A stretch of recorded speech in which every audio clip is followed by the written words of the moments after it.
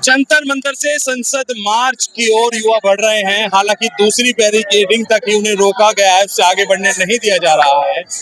इस आंदोलन का परिणाम जो भी हो, लेकिन इतनी बड़ी तादाद में युवाओं का इकट्ठा होना, युवाओं का आक्रोशित होना कहीं ना कहीं इस देश की सरकार को एक अल्टीमेटम भी है। सरकार मांगे मानेगी या नहीं मानेगी ये तो अलग बात है। फिलहाल हम यहाँ आंदोलन में शामिल हुए कुछ लोगों से बात करते हैं। आप कहाँ से आए भैया? गाजियाबाद। क्या करते हैं आप? स्टूडेंट। पहली बार किसी आंदोलन में शामिल हुए, इससे पहले भी आंदोलनों में जाते रहे? पहले जिस तरह की खबरें आ रही थी कि यहाँ कुछ भी हो सकता है, तो आपके पेरेंट्स ने आपको रोका नहीं कि नहीं वहाँ नहीं जाना? क्या बोला उन्होंने? तो आपने पूछा होगा, उन्होंने कहा क्या? मतलब वो चिंतित थे लेकिन उन्होंने रोका नहीं। क्या चाहते हैं कि क्या होना चाहिए? शिक्षा में किस तरह के बदलाव होना चाहिए? शिक्षा में मतलब कम से कम सरकार इतना गारंटी दे सकती है कि सारे एग्जाम्स लीक नहीं होंगे, जो गवर्नमेंट एग्जाम्स नीट और उसका हमें नीट पेपर के अंदर अकाउंटेबिलिटी चाहते हैं। मैं खुद एक नीट एस्पिरेंट हूँ। मैं 3 मई को भी पेपर दिया है मैंने, और जो तुम्हारा पेपर में हुआ वो भी मैंने नीट का भी पेपर दिया है। केवल आप नीट में ही चाहते हैं? नहीं, मैं नीट में नहीं, मैं शिक्षा के हर उस क्षेत्र में चाहता हूँ। यूपीएससी एसएससी जीडी तमाम देश के अंदर पेपर होते हैं। ऐसा कौन सा पेपर है जिसके अंदर धांधलेबाजी या जिस पेपर को लीक ना किया गया हो 10 सालों के अंदर? 2014 से नीट का पेपर ही, सिर्फ ओनली नीट के पेपर की बात कर रहा हूँ मैं, 5 बार लीक हो गया है। 2016, 2021, 2024, 2026। आप बताएं। मैं तो आपका बहुत बहुत शुक्रगुजार हूँ कि आप जैसे लोग इस आंदोलन का साथ दे रहे हैं। देश की नेशनल मीडिया नहीं दे रही है। हम आप लोगों पे जितना गर्व है उतना हम पे किसी लोग और लोगों पे गर्व नहीं, क्योंकि आप लोग भी ग्राउंड पे आए हैं। आपका बहुत बहुत धन्यवाद, क्योंकि आप लोग हम लोगों के साथ हैं। आप यहाँ पे मीडिया को कवर कर रहे हैं हम, बट जो आप यहाँ पे इस लोगों के साथ आप ही धरने में आए हैं, बहुत बहुत धन्यवाद आपको। अच्छा, क्या एक मंत्री के इस्तीफे से सब चीजें सोल्व हो जाएंगी क्या?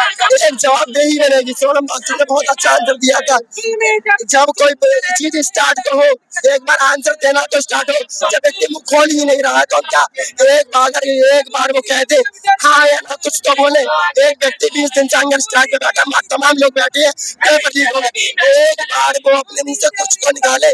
जब भगवानों के में भी भगवान भी खुश हो जाया करते थे, राक्षसों से राक्षस बैठते थे, राक्षस बैठते थे अपनी उसमें कहना में बैठते थे, तो भगवान तक खुश होकर उनके लिए आ जाते थे। यहाँ पे एक साइंटिस्ट एक रेनोवेशन जब बैठा प्रोटेस्ट, उसकी आवाज नहीं सुनी जा रही। इस देश को आंदोलनों में सींचा है, आंदोलनों ने बनाया। अंग्रेज के समय में भी, महात्मा गांधी के समय में भी अंग्रेज आते थे उनके पास, पर एक भी बार इस सरकार का कोई वॉलंटियर, इस सरकार का कोई भी मंत्री, कोई भी अगर प्रोटेस्ट देखने नहीं जा रहा है। पुलिस सोनम वांगचुक को सफेद कपड़े में लिपटा के ले गए। सफेद कपड़े से खाली सोनम वांगचुक को ले जाया जा सकता, पर विचार नहीं दबाए जा सकते। यहाँ पे उपस्थित सभी लोग धर्मेंद्र प्रधान के इस्तीफे, नीट पेपर लीक, इसके लिए अकाउंटेबिलिटी चाहते हैं।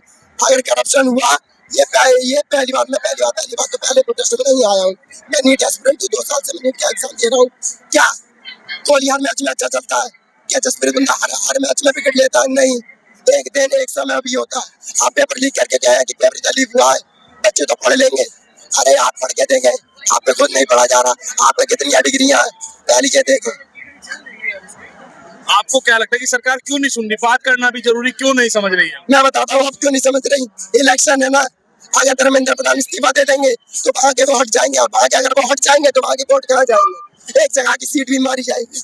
सरकार बहुत चालाक है। अगर धर्मेंद्र प्रधान इस्तीफा देते हैं तो उस जगह के वोट तो हट जाएंगे ना। फिर वहां पे अपना नया वॉलंटियर, नया प्रतिनिधि भेजते हैं, नया कैंडिडेट भेजते हैं, तो वहां पे वो कैसे नया कैंडिडेट बाकी सीट ले लेगा ना। इस कारण से सरकार इस्तीफा नहीं देना चाह रही।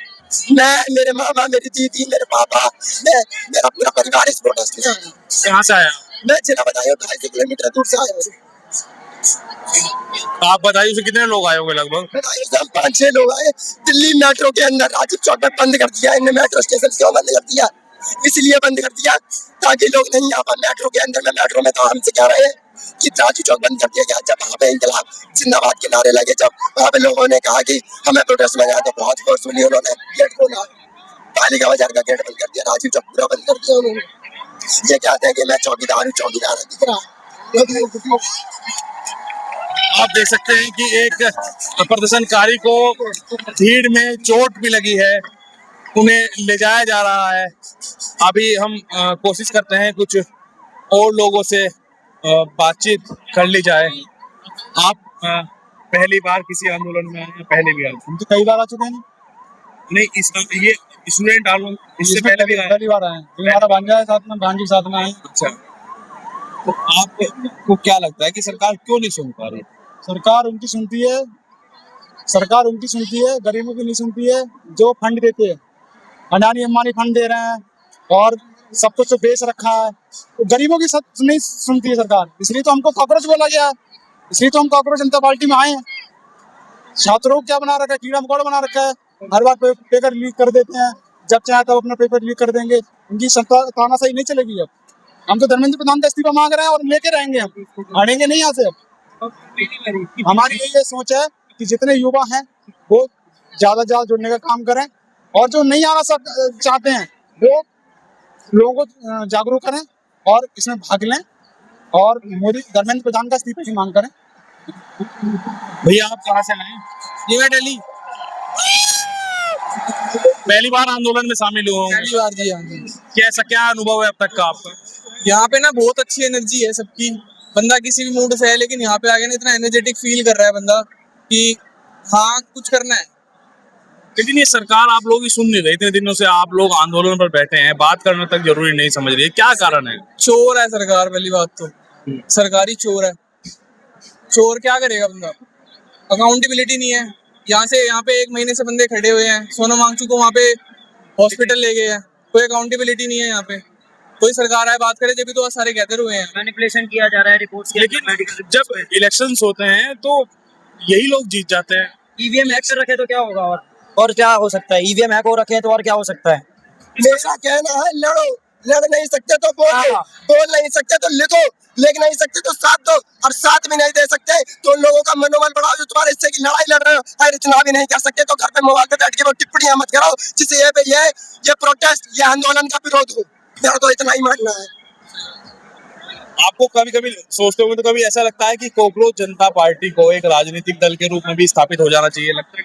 देखिए, मैं कांग्रेस जनता पार्टी के ऊपर तो नहीं बोलना चाहूंगा, बट मैं सोनम सर के रिलेटेड बोलूंगा कि उनकी वजह से ही आए हैं और बहुत गलत हो रहा है, बहुत सालों से होता आया है, उस वजह से आना पड़ा है और प्लेटफॉर्म मिला है, इस वजह से आ रहे हैं। अगली बार मिलेगा कि नहीं मिलेगा ये सोच कर आ रहे हैं। दिल्ली के पूर्व मुख्यमंत्री अरविंद केजरीवाल ने एक मांग भी उठाई थी कि सोनम वांगचुक को देश का शिक्षा मंत्री बना दिया जाए। आपका क्या ऐसा सोचते हैं? अब वो तो उनकी खुद की पर्सनल चॉइस है सोनम वांगचुक जी की, हम लोग नहीं बोल सकते। वो चाहे तो कंटेस्ट कर सकते हैं, जो भी उनका जो प्रोसीजर होता है वो फॉलो करें, और वो जो बहुमत से जो चीजें रिक्वायरमेंट होती है शिक्षा मंत्री के लिए, जो भी गवर्नमेंट की तरफ से जो भी रूल्स हैं वो फुलफिल होते हैं तो बिल्कुल बने। आप आंदोलन से जुड़े हैं जी। अगर आप लोगों को आगे नहीं जाने दिया जाता तो आपकी अपनी क्या सोच है कि आंदोलन को किस तरह से आगे बढ़ाया जाए? अपनी तरफ से अवेयर रहें, बस जितना हो सकता है, जितना कर सकते हैं अपनी तरफ से। आज अगर 1 लाख यूथ आएगा, कल 5 लाख यूथ आएगा, ऐसे ही बढ़ता रहेगा जब तक न्याय नहीं मिलेगा। बढ़ता रहेगा तब तक बढ़ता रहेगा। इस्तीफा लेकर रहेंगे? इस्तीफा लेके रहेंगे। अब तो मोदी जी के इस्तीफे की मांग भी उठने लगी है। बिल्कुल उठनी चाहिए। उठनी चाहिए। सारे मिनिस्टर जी उनके हैं, पेपर लीक हो रहे हैं, रेप हो रहे हैं, सारी चीजें उनकी है। वोट है, क्या बोलते हैं, E20 ब्लेंडिंग है, वोट चोरी हो रहे हैं। E85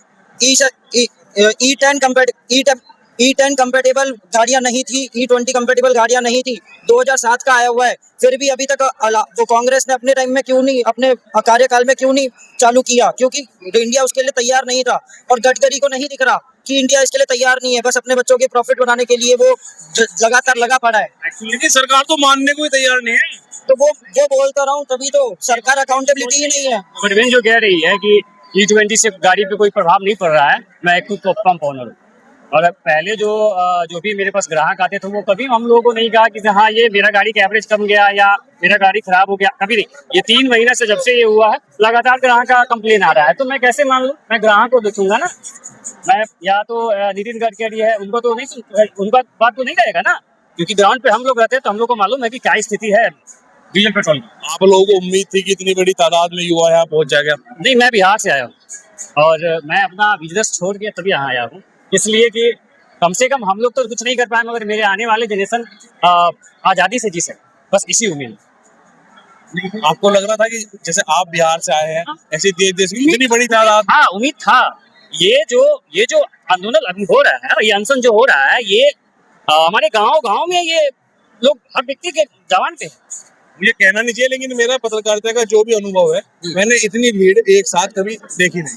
हम भी यही बोल रहे थे कि अभी तक की सबसे बड़ा प्रोटेस्ट हो रहा है। नहीं, मेरे को भी सुनने में को मिला कि नहीं, कि ये सबसे बड़ा प्रोटेस्ट है अभी तक का, और अभी होगा, अभी और टाइम आने इनको अपना जो ये शिक्षा मंत्री है उनको पीछे हटना पड़ेगा, ये हालात में हटना पड़ेगा। बात तो वहीं आके अटकती है कि ये सरकार तो बात तक करने को तैयार नहीं आप लोगों से। सर, इगोइस्टिक सरकार है सर, ये जो देश है किसी की बात की नहीं है, उनको सुनना पड़ेगा। हम लोग है ना, बनाया, हम युवा है, हम लोग चाहते हैं, हम लोग जब बना सकते हैं तो हम लोग निकाल भी सकते हैं। ये उनके पास इतना हमारे पास राइट होना चाहिए, ये मेरा ये मानना है, हमारे पास इतना राइट होना चाहिए। हम ये नहीं बोल रहे मोदी जी आप छोड़ो, बस आप अकाउंटेबिलिटी तो लो, आप रिजाइन करवाओ, पर आप एक आके स्टेटमेंट दो, अकाउंटेबिलिटी है।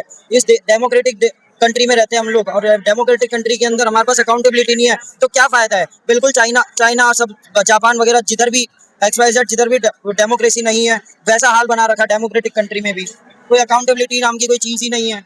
जी, आप क्या कहना चाहते हैं? सर जैसे कि कहाँ से आए आप? मैं सर ग्वालियर से आया हूँ। जी, क्या करते हैं? मैं सर अभी स्टूडेंट हूँ, पढ़ाई कर रहा हूँ।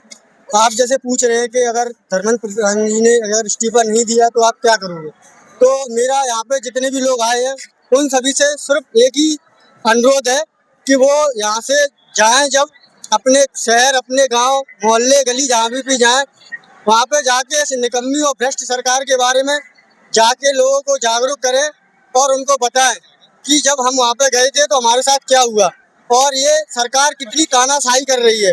जैसे अगर ये तानाशाही इतना आज फोर्स यहाँ पे लगाया हुआ है, यही फोर्स अगर सरकार पेपर लीक के लिए लगाती तो ये पेपर लीक होता ही नहीं, और ना ही इतने बच्चों के साथ नाइंसाफी होती और ना ही इतने लोग आहत होते।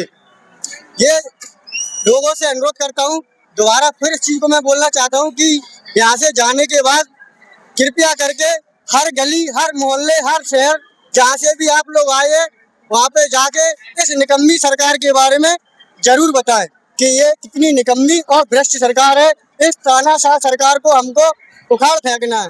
ये जितने लोग हैं अगर यहाँ से जाएंगे वो कम से कम अगर 10, 20, 50 जितने भी लोगों को अगर थोड़ा सा बताएंगे या जागरूक करेंगे तो मैं ये मानता हूँ कि ये सरकार बिल्कुल उखाड़ फेंक दी जाएगी। बस मेरा आपसे इतना ही कहना है। जैसे आप पूछ रहे थे। मैम आप कहाँ से आए हैं? मैं गुड़गांव से। गुड़गांव से आ रही हैं, क्या करते हैं मैम? मैं सीए कर रही हूँ। ठीक है, आपको कैसे लगा कि आपको भी यहाँ पर आना चाहिए? आना चाहिए बिकॉज हमारे फ्यूचर के, एक तो हमारे बच्चे क्या करेंगे इन लोगों के साथ, तो मेनली इसी के लिए। बाकी we hate you Modi ji, and हमें अब आपका भी राजीनामा चाहिए। Please go back. बस लगता है सरकार सुनेगी? बिल्कुल सुननी पड़ेगी उनको। अब तक तो सुना नहीं है, अब तक तो बात भी करना जरूरी नहीं समझा। तो हम भी नहीं हट रहे यहाँ से, हटेंगे नहीं? नहीं हटेंगे, जब तक नहीं सुनेंगे तब तक नहीं हटेंगे। ऐसे मतलब आपको क्या लगता है कि सरकार क्यों नहीं सुन रही है बात? मतलब चलो मांग पूरी करना तो अलग बात है, बात भी नहीं करना चाहिए, क्यों? अनदेखा कर रही है। वो बोलते हैं ना, अंधे को तो दिखता नहीं है, पर को जो आँख मूंद करके बैठा है उसके तो कोई कुछ नहीं कर सकता। बस यही है, वो आँख मूंद करके बैठी है बस। तो यहाँ पर युवाओं को साफ एक जो संदेश है वो ये है कि हम बना सकते हैं तो हटा भी सकते हैं। हमारे साथ जुड़े रहिए, आप सभी का बहुत बहुत धन्यवाद।